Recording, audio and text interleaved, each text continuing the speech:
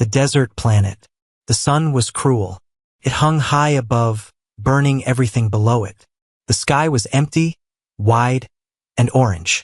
The wind moved slowly, carrying sand from one dune to another. Nothing lived here. No trees, no water, no shelter. But then, there was something strange in the sand. A human face. She was buried up to her neck, only her head above the ground. Her skin was dry, her lips cracked, her eyes were half open. A broken helmet lay next to her, its glass shattered. She was still alive. Barely. Her name was... She couldn't remember. Her throat was too dry to speak. She tried to move, but her body was trapped. The sand was heavy. She blinked slowly and stared at the empty sky. There was no ship, no help, just the sun, just death. She closed her eyes. I'm not going to make it, she thought. She felt tired, like sleep was pulling her away forever. Then, a voice. Don't move. Her eyes opened wide. The voice came from inside her ear. A communicator? They're watching you. She froze. She tried to speak, but only a weak sound came out. The voice was calm but serious. You're not safe here. Keep your eyes open. Blink twice if you understand me. She blinked twice, slowly. Good, the voice said. She didn't know who the voice was. It didn't say a name. It sounded human. But something about it felt strange. Robotic? Was it AI? Was it a real person? Her mind was full of questions. You've been here for 3 days. The sandstorm buried you. You should be dead. She blinked again. That was true. She should be dead. But she wasn't. We don't have much time, the voice said. I'm going to help you escape. But you have to listen to me exactly. She nodded slowly. The voice gave her instructions. Start moving your left hand slowly. Wiggle your fingers first. Then your wrist. Push outward gently. You can create space under the sand. It hurt. Her arm felt like stone. But she did it. Slowly. Painfully. Grains of red sand moved inside the dune. After what felt like hours, her left hand was free. She used it to dig around her right arm. Her fingers touched something hard in the sand. A tag. She pulled it out. It was metal, small and scratched. There was a name on it. But the name had been erased. Only one word was clear. Subject 9. She stared at it. Was that me? She wondered. Yes, the voice said, as if it read her thoughts. They didn't want you to remember. They wiped your memory. But your body didn't forget everything. She felt something cold inside her. Who are you? She whispered with a dry throat. The voice didn't answer. Instead, it said, There's a drone nearby. It's searching. Thinks you're dead. But if you move too fast, it will find you. She looked around. Nothing. Then she heard it. A low humming sound. A machine flying in the distance. It had red lights. It moved slowly over the sand, scanning the ground. Her heart pounded. She stayed still. The drone passed over her once, then again, and flew away. Silence returned. She took a deep breath. Good, the voice said. Now dig faster. We have to move before night. The cold will kill you.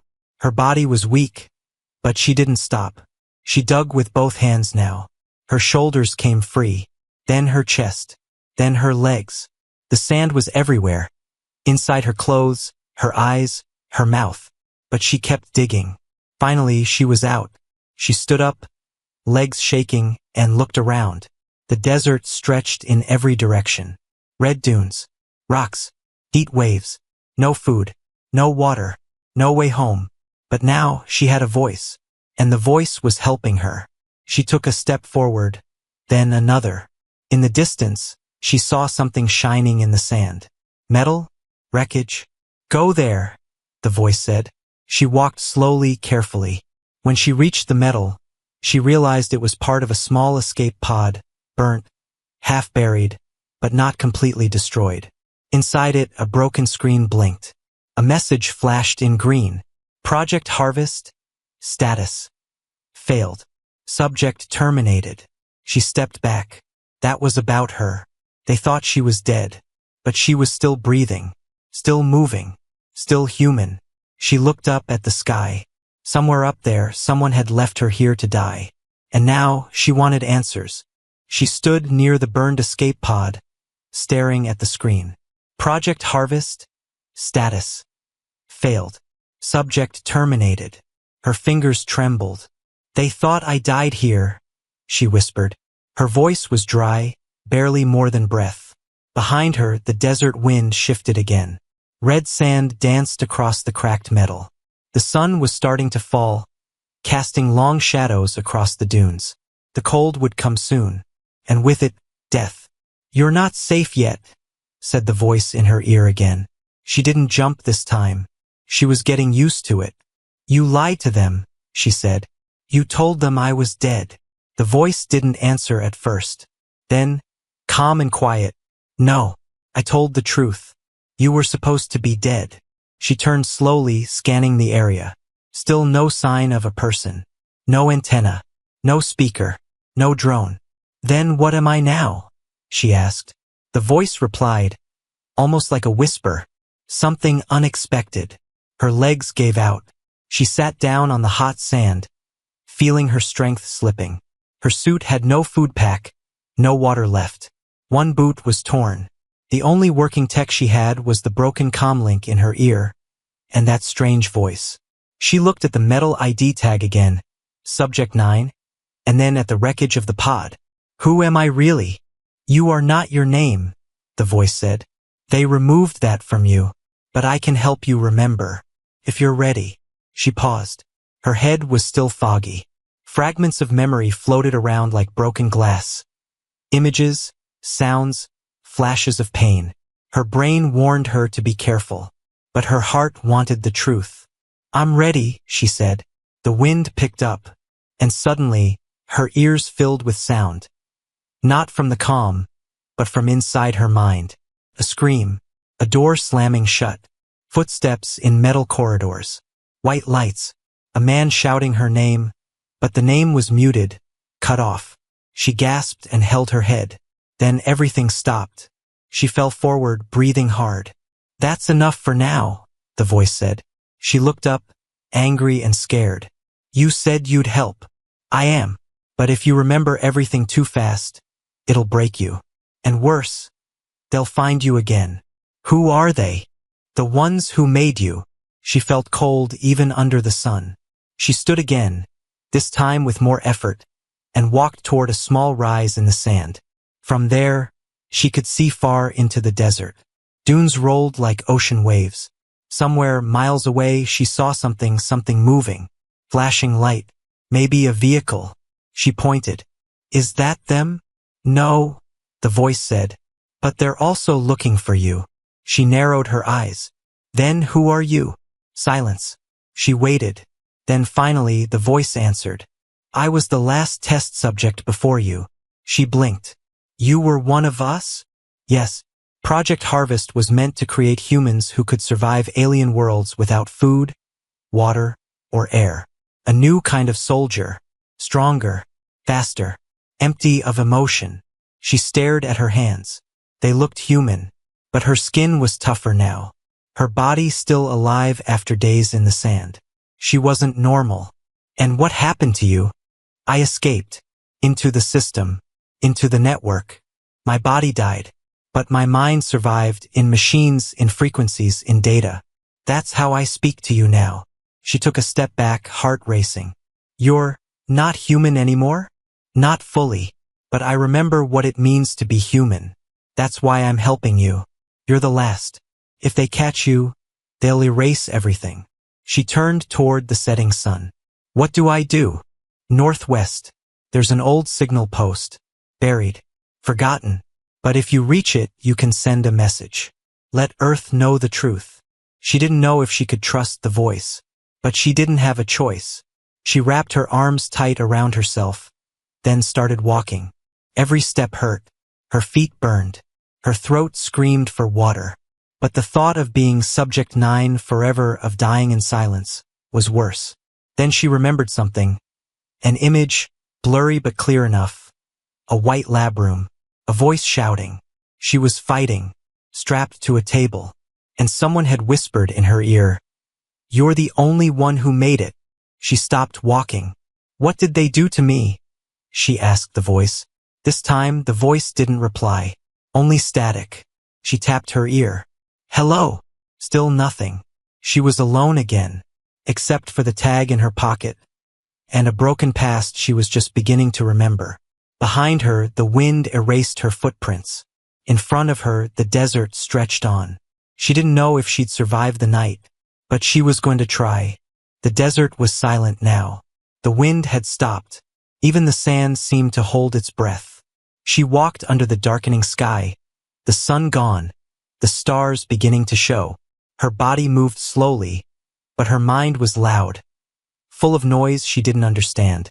She was alone. The voice in her ear, the one that had helped her escape, was gone. Only static remained. She tapped her earpiece again. "Hello? Are you there?" Nothing. Her boots sank with every step. The heat was fading fast, and the cold bit at her exposed skin. Her breath came out in short white clouds. Then something ahead, a piece of metal sticking out of the sand. She rushed forward, knees shaking, and brushed it off. A small square device, old, cracked, but blinking faintly. A memory chip. She didn't know how she knew, but she was sure. This thing once held everything. Data, video logs, secrets, maybe even the truth about Project Harvest. Her hands trembled. She turned it over and saw the word Echo_9 scratched on the back. "Is this mine?" she whispered. She didn't wait for an answer. There was none. She slid it into the port on her wristband. Sparks flew. The screen on her arm flickered, then glowed green. Text scrolled fast. "Accessing neural archive. Warning, memory lock detected. Override? Y/N." She hesitated. The voice had warned her before. Memories are dangerous. But so was not knowing who she was. She pressed Y. Suddenly light. Not from the device but from inside her mind. She was strapped to a table. Cold metal. White lights above her. Voices in lab suits around her. "Her numbers are holding. This one is stronger than the last batch. Begin memory isolation." Pain. Like fire in her skull. She screamed. She saw flashes of other faces. Crying, shouting, then silence. One by one they were taken away. She remained. Her knees hit the ground. She gasped for air. Her head burned. But now she knew something. I wasn't the only one. The others, maybe 10, maybe more, they were part of Project Harvest too. But they didn't survive. Or maybe, she didn't finish the thought. The screen blinked again. Secondary file found. Audio log. Subject 8. Play. Y/N. Her finger hovered over the screen. She pressed Y. A voice came out. Not like the one in her ear before. This one was tired. Human. "If you're hearing this, you're the last. Subject 9. I don't know your name. I'm Subject 8. They took ours away." The voice cracked, like the person had been crying before recording. "They said we were saving humanity, that we were heroes. But it was a lie. We were just tools. Test data. Trash. I escaped the lab, but they found me. I uploaded this log into the sand relay before they burned my body." Her chest tightened. "If you're still alive, don't trust anyone. Not even the humans. Especially not them." The recording ended. She sat still, wind blowing again. The cold touched her skin like tiny knives. She looked up at the stars. Who had done this to them? Was it Earth? The Federation? Some hidden agency? And what about Subject 8? Was he the same voice that helped her escape? Or was that someone or something else? Suddenly, her earpiece came alive. "You shouldn't have opened that file." She jumped to her feet. "You're back," she said. "You heard the log?" "I heard everything. And now so did they." "What do you mean?" "The chip had a beacon inside. Pinged the old satellite net. They'll be here soon." Her heart dropped. "I didn't know. I told you. Memories are dangerous." She looked at the chip still in her wristband. "I had to know. Then you'd better run. You've got 20 minutes, maybe less." "Where do I go?" "East. There's an old mining shaft. You can hide there. She didn't wait. She ran. Her muscles screamed. Her lungs burned. But she ran. Behind her, far away, she saw a red light appear in the sky. Then another. They were coming. She was no longer just Subject 9. She was a threat. And now they knew she remembered. The night sky wasn't quiet anymore. She could hear something above. A low hum, steady and cold, like a machine thinking. Then, far in the distance, a sound broke the silence. HKKK. She kept running. The desert wasn't flat here. Sharp rocks and dry cracks cut through the sand. Her legs hurt, her throat dry again, lungs on fire. But she couldn't stop. The voice in her ear was guiding her. You're close. 2 minutes. The mine is just over the next ridge. She reached the top of the dune and fell to her knees. Below her, hidden between 2 cliffs, was a large metal door half covered in sand. The mining shaft. Behind her, a shadow passed over the ground. She looked up and froze. A black shape flew above, wings wide like a bird, but sharp and unnatural. Its body was smooth, almost organic, but its eyes glowed red. It was not human, and it was searching. She held her breath. The creature paused in mid-air, scanning the area. Red light swept across the dunes. It hummed, sniffed, waited. Then it moved on. She crawled the rest of the way down, hands shaking. She reached the mine door and pushed. It didn't open.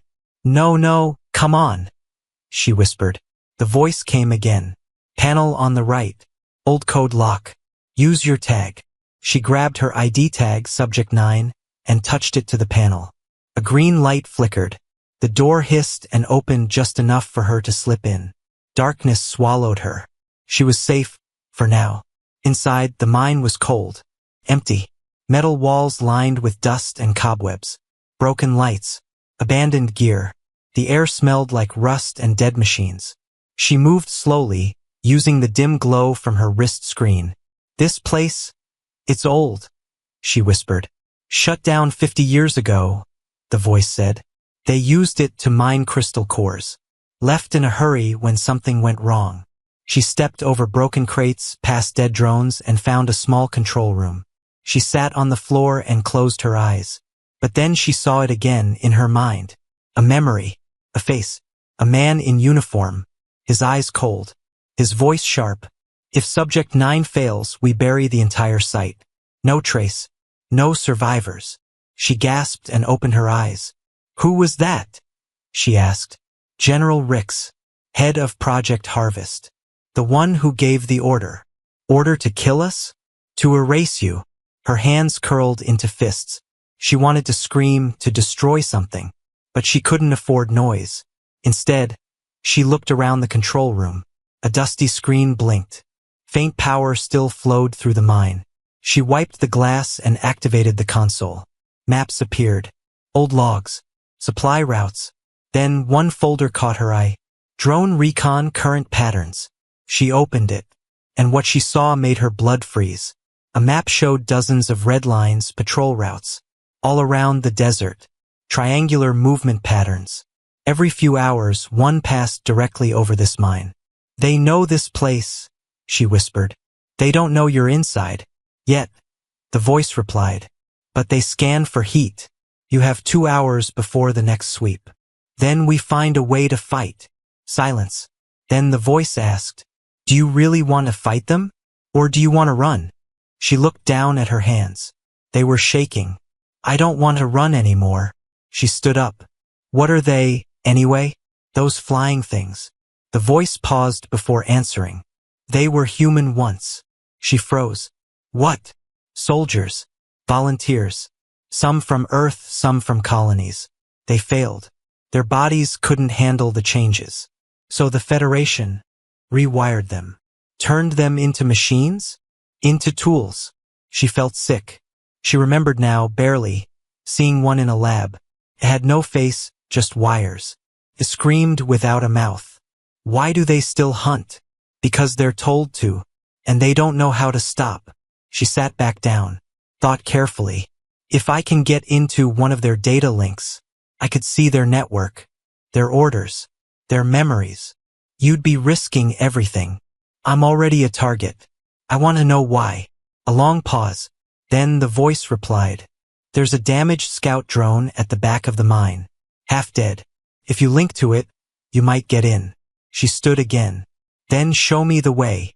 As she moved deeper into the mine, another patrol passed overhead. This time, the flying creature slowed. It hovered. Its red eyes scanned the mine entrance. His body clicked. It had found heat. The drone was above the mine. Its wings didn't flap, but it hovered like a predator. Its red eyes blinked in rhythm, searching, scanning. It made no sound except a strange clicking, like a machine trying to think. Underground, she crouched behind a metal crate, holding her breath.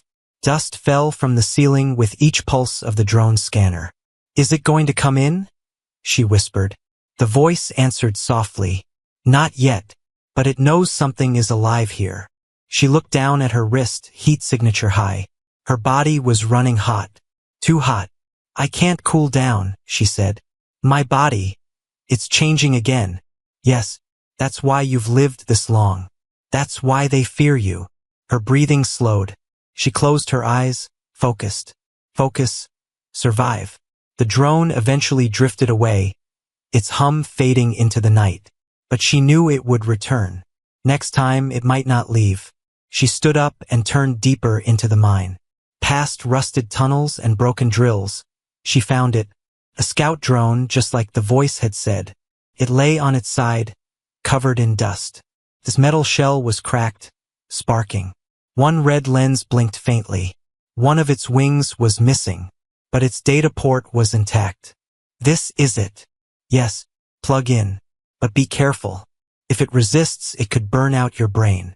She knelt beside the drone, pulled out a wire from her wristband, and connected it. Instantly, pain. A shock went through her arm and into her skull. Her eyes rolled back as her mind was pulled into something vast and cold. Suddenly, she wasn't in the mine anymore. She was floating. In data. Streams of numbers. Maps. Images. Memories. She was inside the drone's memory. And the drone was trying to fight her. But something inside her pushed back. Her body, whatever it was now, could bend systems, twist code, force open locks. She found a file labeled Priority. Subject 9. Termination Protocol. She opened it. Her hands shook. Human Federation Directive Number 672. Subject 9 is a threat to planetary control systems. Adaptive genome shows cross-species resilience. If exposed to colony populations, rebellion likely. Terminate. No recovery. No comm logs. Full erasure protocol. She stared at the words. Rebellion? Control systems? She kept digging. Then a hidden file appeared. No title. No date. Just a voice. Her own voice.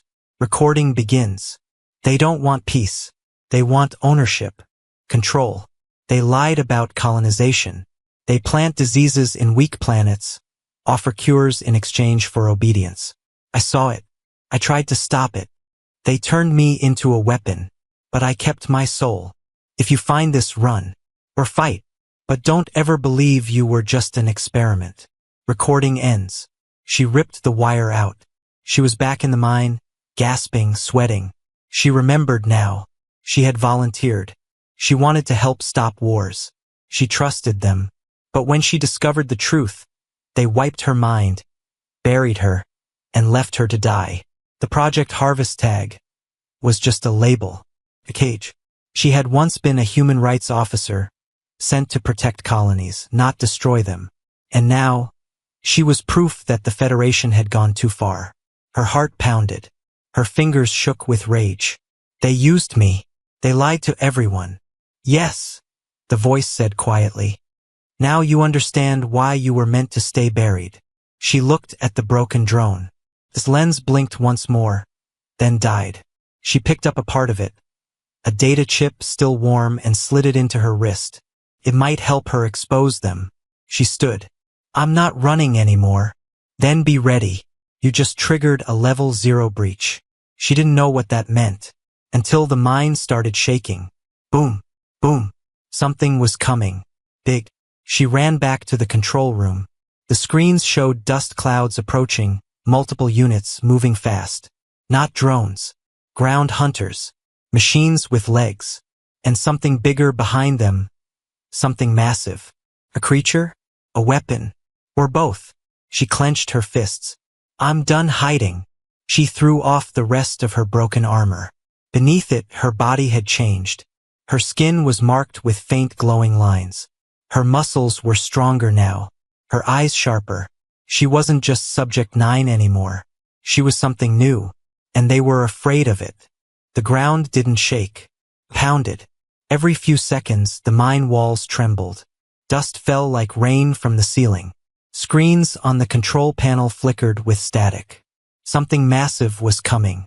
She stood in silence, watching the seismic readings spike on the display. Footsteps.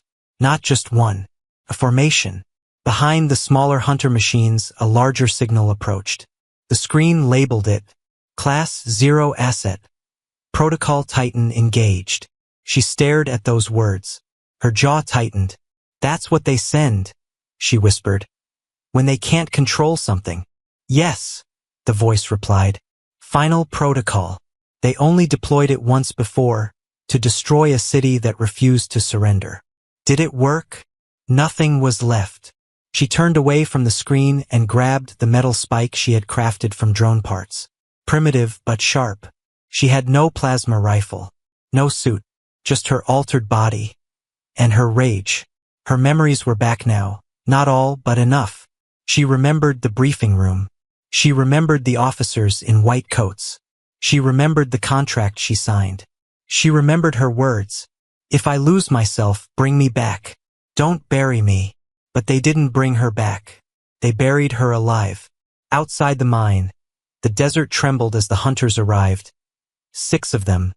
Long-legged, insect-like machines, scanning for heat, sound, movement. Behind them it came. Titan. A thing not born but built. His body was half machine, half flesh. 20 feet tall. A glowing core in its chest. Human face stretched over a mechanical skull. Eyes that didn't blink. Hands large enough to crush steel. And around its head, a crown of wires. Inside it, something once human still lived. Once. Now, it served only one purpose. Eradication. Inside the mine, she breathed deeply. This is it? She asked. Yes, the voice said. If it reaches you, nothing can stop it. Unless. She turned. Unless what? Silence. Then, unless you activate the gene lock inside your chest. She blinked. I have a gene lock? They placed it there when you were unconscious. They feared you might resist. It's a self-destruct for your powers. But you can reverse it. Turn it into a weapon. She looked down at her chest. The faint glowing lines under her skin. They were connected to something deeper. What happens if I use it? You burn out. All of you. But it might be enough to stop the Titan. A long pause. She thought of the desert. The other test subjects. The voice of Subject 8. The lies. The fear. And the truth. They didn't fear her because she was dangerous. They feared her because she was free. I won't die in silence, she said. She stepped outside the mine. The cold air hit her face. Sand blew around her feet. And across the dune, the hunters saw her. They shrieked. A horrible, clicking alarm. They charged. She didn't wait. She ran toward them. One leaped. She rolled under it and jammed the metal spike into its eye. Sparks exploded. It fell. The second fired. She dodged, fast as light, and kicked its leg out. She moved like something more than human now. Faster. Smarter. She didn't just react. She anticipated. The third tackled her. She let it. She twisted its head clean off. The others hesitated. And then, Titan stepped over the ridge. It saw her.